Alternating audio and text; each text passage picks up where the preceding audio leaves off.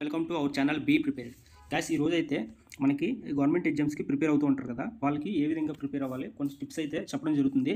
నా పర్సనల్గా ఏ విధంగా గవర్నమెంట్ జాబ్స్కి ప్రిపేర్ అయ్యి మళ్ళీ అందరూ ఫెయిల్ అవ్వడం, మా ఫ్రెండ్స్ రిలేటివ్స్ కానీ ఏ విధంగా దానికి సక్సెస్ అయ్యారు ఏంటి అనేది దీంట్లో ఈ వీడియోలో అయితే చెప్పడం జరుగుతుంది. వెరీ ఇంపార్టెంట్ అనేది. మామూలుగా గవర్నమెంట్ జాబ్స్కి ప్రిపేర్ అవుతుంటారు కదా, కొన్ని టిప్స్ అయితే ఇందులో చెప్పడం జరుగుతుంది. ఎవరైనా ఇంట్రెస్ట్ ఉన్న వాళ్ళు ఈ ఛానల్ చెక్ చేసుకొని సబ్స్క్రైబ్ చేసుకోండి. ఫస్ట్ చూసుకుంటే మనకి ఫస్ట్ అంటే మనకి ఎగ్జామ్స్ డీటెయిల్స్ అనేవి మనకి ప్రాసెస్ అనేది ఫస్ట్ తెలియాలన్నమాట. ఏ ఎగ్జామ్ ప్రిపేర్ అవుతున్నామో, ఎగ్జామ్ ప్యాటర్న్ ఏ విధంగా ఉంటుంది అనేది మనకి main important. First of all అయితే మనకి సపోజ్ కొన్ని ఎగ్జామ్స్కి మనం చూసుకుంటే general awareness, English, reasoning, quantity aptitude, computer awareness ఇవన్నీ కూడా మనకి కొన్ని ఎగ్జామ్స్ అయితే కామన్గా ఉంటాయి అనమాట. ప్రతి ఎగ్జామ్కి మాక్సిమం మనకి ఎగ్జామ్స్లో మనకి రిపీటెడ్ అనమాట. ప్రతి ఎగ్జామ్లో కూడా అడుగుతూనే ఉంటారు. జనరల్ అవేర్నెస్ అనేది common, English, reasoning, quantity aptitude, computer awareness ఇవన్నీ కామన్గా ఉంటాయి. కాబట్టి మీరు ఈ కన్ఫామ్గా ప్రిపేర్ అవుతూ ఉండాలి. డైలీ కూడా మనం నోట్బుక్లో రాసుకొని ప్రిపేర్ అవుతూ ఉంటే మనకి ఏ ఎగ్జామ్ అనేది ఇదే ఉంటుంది కదా ప్యాటర్న్. ఫస్ట్ ఆఫ్ ఆల్ ఇవైతే లేకుండా అయితే ఎగ్జామ్ అనేది మ్యాక్సిమం కండక్ట్ అయ్యారు. మరి టెక్నికల్గా ఆ లెవెల్లో అయితే కొంచెం ఉండకుండా డైరెక్ట్ ఎగ్జామ్ ఉంటుంది. కానీ ఆఫ్టర్ 10th అయిన తర్వాత కానీ ఐటీఐ మీద కానీ డిప్లొమా బేస్ మీద కానీ జాబ్ అయితే ఫస్ట్ ఆఫ్ ఆల్ ఎగ్జామ్ ప్యాటర్న్లో ఫస్ట్ అయితే కన్ఫామ్గా reasoning, general awareness, quantity aptitude, computer awareness ఇవైతే కన్ఫామ్గా ఉంటాయి అనమాట. మీ ఎగ్జామ్ అనేది తీసుకోండి. యూపీఎస్సీ కూడా first of all quantity aptitude exams అయితే కన్ఫామ్గా ఉంటాయి. ఇంకోటి చూసుకుంటే మీకు నెక్స్ట్ ఇంకా ఏం ఉండాలనేది ఫుల్గా డీటెయిల్స్ చెప్తాం ఒకసారి. చూసుకుంటే ఫస్ట్ ఒక రెండో స్టెప్ చూసుకుంటే క్రియేటివ్ స్టడీ ప్లాన్. అంటే మనకి ఫస్ట్ చూడండి, మనకి గోల్ అనేది క్లియర్గా ఉండాలన్నమాట. అంటే మళ్ళీ కొన్ని రోజులు జాబ్కి ప్రిపేర్ అయ్యి మళ్ళీ కొన్ని రోజుల తర్వాత ఆపేసి మళ్ళీ కొన్ని రోజులు మళ్ళీ మన ఇంట్రెస్ట్ వచ్చి ఎవరినో చూసి వాడు చదువుతున్నాడు మనం కూడా చదవాలి, దాని గవర్నమెంట్ జాబ్ సెలెక్ట్ అయ్యాడు మనం కూడా సెలెక్ట్ అవ్వాలని చెప్పి అలా కాకుండా మీకు క్లియర్గా గోల్ ఉండాలి. ఈ జాబ్ కావాలి అనుకుంటే దాని మీద కన్ఫామ్గా స్టడీ సెక్షన్ చేసుకొని గోల్ అనేది క్లియర్గా ఉండాలన్నమాట. నెక్స్ట్ దానికి కొంత టైం అనేది కేటాయించాలి. నెక్స్ట్ ఆ టైంలో సబ్జెక్ట్ వైజ్గా ఆ టైంకి అలొకేట్ చేసి మీరు చెప్తే దానికి స్టడీ ప్లాన్లో ఉంటే మీకు కొంచెం సక్సెస్ అవ్వడానికి ఈజీగా ఉంటుంది అనమాట.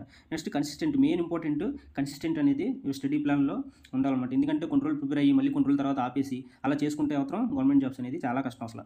ఎందుకంటే నేను ఫేస్ చేసింది అయితే పర్సనల్గా చెప్తున్నాను. కొన్ని రోజులు చదవడం, మళ్ళీ తర్వాత ఏదో ఎగ్జామ్కి వెళ్ళిన తర్వాత మళ్ళీ కొన్ని రోజులు రెస్ట్ తీసుకోవడం, మళ్ళీ కొన్ని రోజుల తర్వాత మళ్ళీ బుక్ తీయడం. ఆ విధంగా ఏమవుతుందంటే మనకి క్లియర్గా అది మనం గోల్ అనేది అచీవ్ చేయలేము గవర్నమెంట్ జాబ్స్లో. నెక్స్ట్ వచ్చేసి స్టే అప్డేట్ అనమాట. ఇప్పుడు కూడా మనకి అప్డేట్లో ఉండాలి ఏదైనా సరే. ఇప్పుడు చూసుకుంటే ఇప్పుడు కూడా రెగ్యులర్గా చూసుకుంటే స్టే అప్డేటెడ్ అంటే మనకి రెగ్యులర్గా మనం జనరల్ అవేర్నెస్ పెంచుకోవాలనుకోవాలంటే అప్డేట్ న్యూస్ పేపర్స్ కానీ కరెంట్ అఫైర్స్ ఎప్పుడు కూడా మనం నోట్ చేస్తూ ఉండాలన్నమాట. ఏం జరుగుతుంది బయట, సిచ్యువేషన్ ఏ విధంగా ఉంది. అంటే ఏం లేదు, జనరల్ అవేర్నెస్ అనేది మనకి ఏ ఎగ్జామ్ అయినా సరే టాపిక్ కన్ఫామ్గా క్వశ్చన్స్ అనేవి అడుగుతారండి. కరెంట్ అఫైర్స్ అనమాట. జస్ట్ రీసెంట్గా మన ఎలక్షన్ ఎవరు గెలిచారు, ఏంటి, ఏ విధంగా ఉంది, ఇండియా సిచ్యువేషన్ ఏ విధంగా ఉంది, ప్రైమ్ మినిస్టర్ ఎవరు, వాళ్ళ రిలేటివ్స్ ఏ క్వశ్చన్స్ అయితే కన్ఫామ్గా ఉంటాయి. కాబట్టి ఇప్పుడు కూడా న్యూస్ పేపర్ అనేది ఇప్పుడు అప్డేట్లో ఉండాలన్నమాట.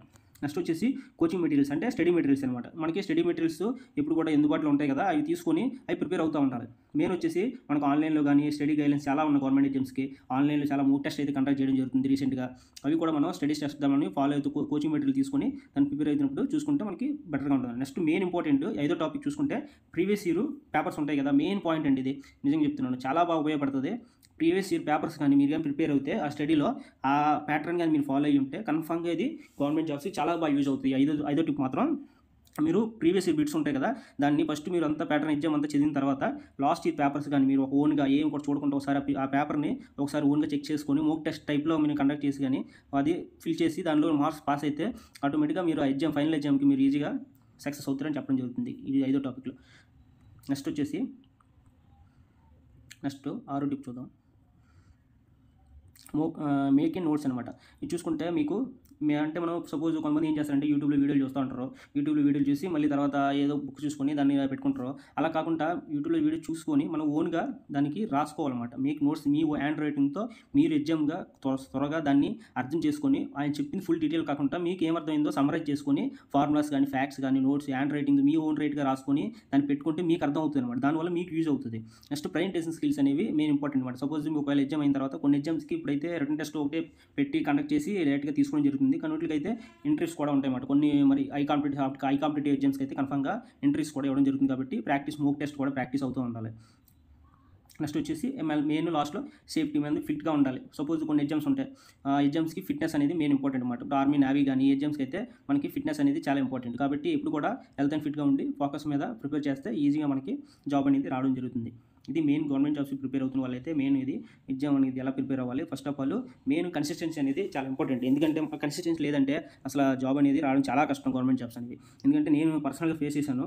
ఆఫ్టర్ డిప్లొమా అయిన తర్వాత తర్వాత కొన్ని రోజులు జాబ్స్కి ప్రైవేట్ జాబ్లో జాయిన్ అయ్యి కొన్ని రోజులు గవర్నమెంట్ జాబ్స్ ప్రిపేర్ అవుదాం, కొన్ని రోజులు ప్రిపేర్ అవ్వడం, మళ్ళీ కొన్ని రోజుల తర్వాత అది పక్కన పెట్టేసి ఏదో ఒక ఎగ్జామ్కి అప్లై చేసి రాసేసి అవ్వలేదని చెప్పి పక్కన పెట్టేసి మళ్ళీ అలా జాలీ తిరగడం, తర్వాత మళ్ళీ గవర్నమెంట్ జాబ్స్ ఎవరైనా సెలెక్ట్ అయినప్పుడు మనం కూడా జాబ్ సెలెక్ట్ అవ్వాలని చెప్పి మళ్ళీ దాని మీద ఫోకస్ చేయడం. ఆ విధంగా ఏది ఉంటుందంటే కన్సిస్టెన్సీ ఉండదు. ఈరోజు మర్చిపోయి ఈరోజు చదివింది మళ్ళీ కొన్ని రోజుల తర్వాత మళ్ళీ ఫస్ట్ నుంచి స్టార్ట్ చేయాలన్నమాట. ఆ విధంగా ఏమవుతుందంటే మీకు గుర్తుండడం, మళ్ళీ ఎగ్జామ్లో వెళ్ళేటప్పుడు అన్నీ గుర్తుండడం అనమాట. దీనివల్ల మీకు ప్రాబ్లం అవుతుంది. కాబట్టి మెయిన్ కన్సిస్టెన్సీ అనేది చాలా ఇంపార్టెంట్. గోల్ అనేది పెట్టుకొని దానికి ప్రిపేర్ అవుతే ఈజీగా మీరు స్టేగా ఉంటే జాబ్ మినిమం 2 years 3 years దాని మీద మీరు ఫోకస్ ఫుల్గా పెట్టి చేయగలిగితే వేరే ఏ ధ్యాస లేకుండా పెట్టుకెళ్తే మీరు ఈజీగా జాబ్ అనేది చేయొచ్చు. మెయిన్ మూక్ టెస్ట్లు అనేవి ఎక్కువ ప్రిపేర్ చేయండి. మూక్ టెస్ట్ల వల్ల మీకు ఎంతవరకు చదివారు, ఎంతవరకు మీకు నాలెడ్జ్ అనేది ఎంతవరకు గెయిన్ చేశారు, మీరు ఇప్పుడు చదివింది దాని మీద మూక్ టెస్ట్ అనేది కండక్ట్ చేయగలుగుని చాలా ఉంటాయి ఆన్లైన్లో మూక్ టెస్ట్లో. దాన్ని చూసుకొని మీరు పెట్టగలిగితే ఈజీగా జాబ్ అనేది సంపాదించవచ్చు.